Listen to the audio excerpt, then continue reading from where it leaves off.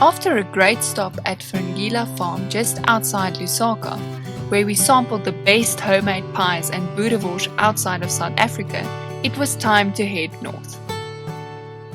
Zambia's famous Great North Road should perhaps be renamed the Not-So-Great North Road, considering its impressive array of potholes, death-defying truck drivers, and lurking checkpoints. But if you take time to seek out the wonderful places along the way, you will be rewarded.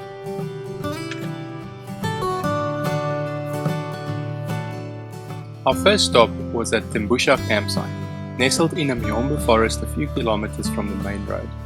It contains all the campsite luxuries a weary overlander on this taxing road can wish for, even a luxury wood-fired bath, the only one we have seen on the road so far.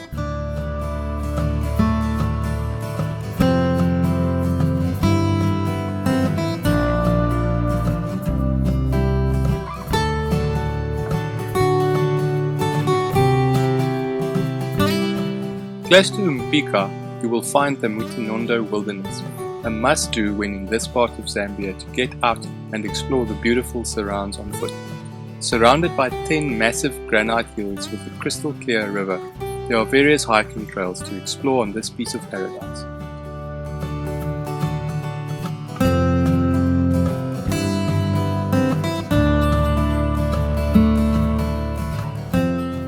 Hiking in it was like a botanical garden visit to us. Almost every plant and tree was brand new and exotic. The bird life was fantastic as well, and there were even a few rogue lions around, although unluckily, or luckily, we didn't find them on foot.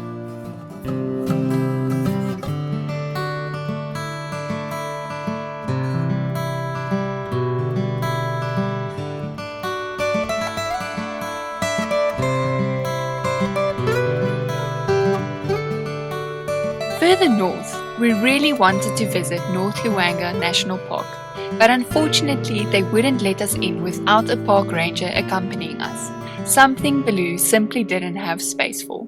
So instead, we discovered a wonderful campsite just outside the park and spent a few days catching up on house chores next to the Mwaleshi River.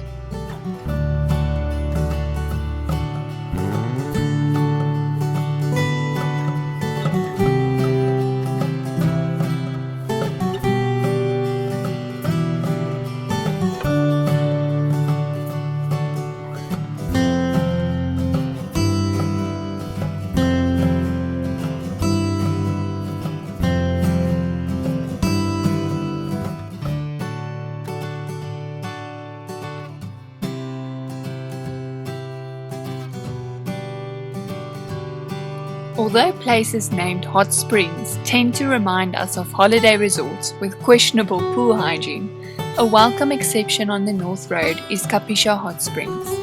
Next to a river and surrounded by tall forest trees, the spring bubbles out at a constant 40 degrees.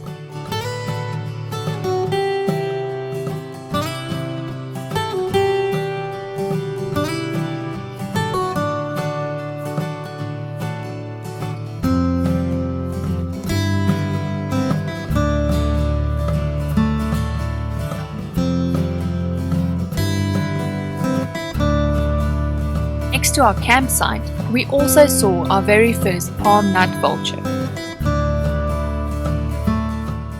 Heading further north, we had a typical day of resupplying, negotiating bad roads, and admiring just how much local Toyotas can be overloaded.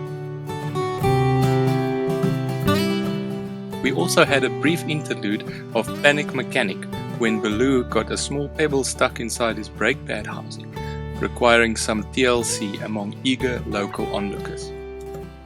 Rivers drain from all over the Zambian plateau into the Congo Basin, forming the countless waterfalls for which this more remote part of the country is famous. We camped at the Chisimba Falls, where we could walk right up to the waterfall's edge. Although perhaps not health and safety conscious, this was a fantastic experience.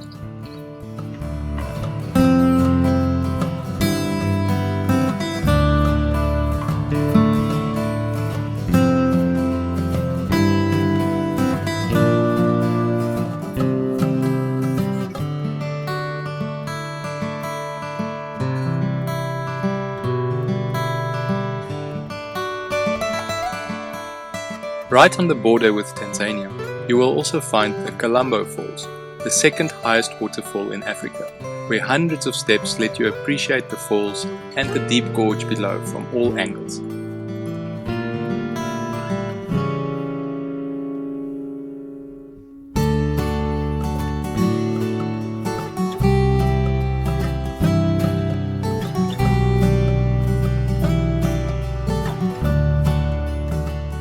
The next day, we took a rather bumpy road to get our first taste of Lake Tanganyika, the world's longest freshwater lake, of which Zambia shares the southernmost tip.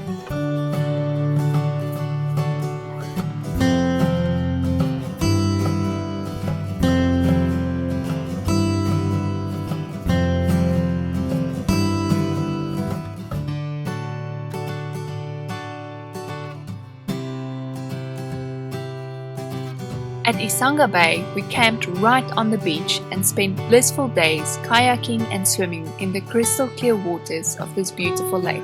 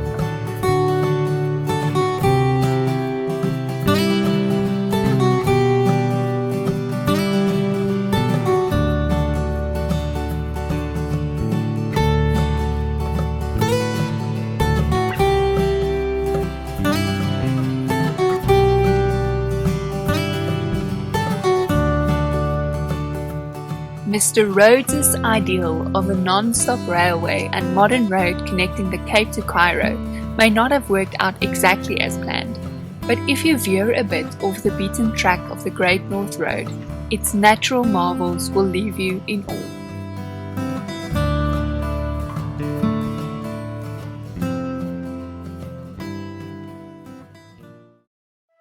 Here are some handy travel tips for Zambia's Great North.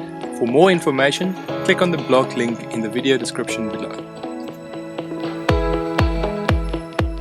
In our next episode, we cross into Tanzania and visit the Katavi National Park.